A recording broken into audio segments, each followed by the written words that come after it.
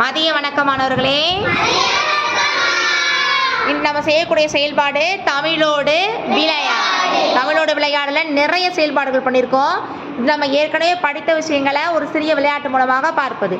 இன்றைக்கான செயல்பாடு 4 பிரிவுகளாக ஓ வரிசை, ஓ வரிசை, அவ்வரிசை. இந்த வரிசையில் வார்த்தைகள் கொடுத்துருந்தோம். நீங்கள் 3 குழுக்களாக பிரிஞ்சிருந்தீங்க. 3 குழுக்களாக பிரிஞ்சு அந்த வார்த்தைகள் எல்லாத்தையும் வச்சு நீங்கள் ஒரு வாக்கியங்கள் உருவாக்கியிருக்கீங்க. இப்போ நீங்கள் உருவாக்கின வாக்கியங்களை நம்ம கரும்பலகையில் வரிசையாக எழுதியிருக்கோம்.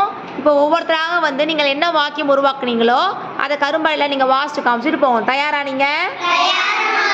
வாங்கப்பா. கொடியில் பூத்தது பூசணிப்பூ. அடுத்து வாங்க.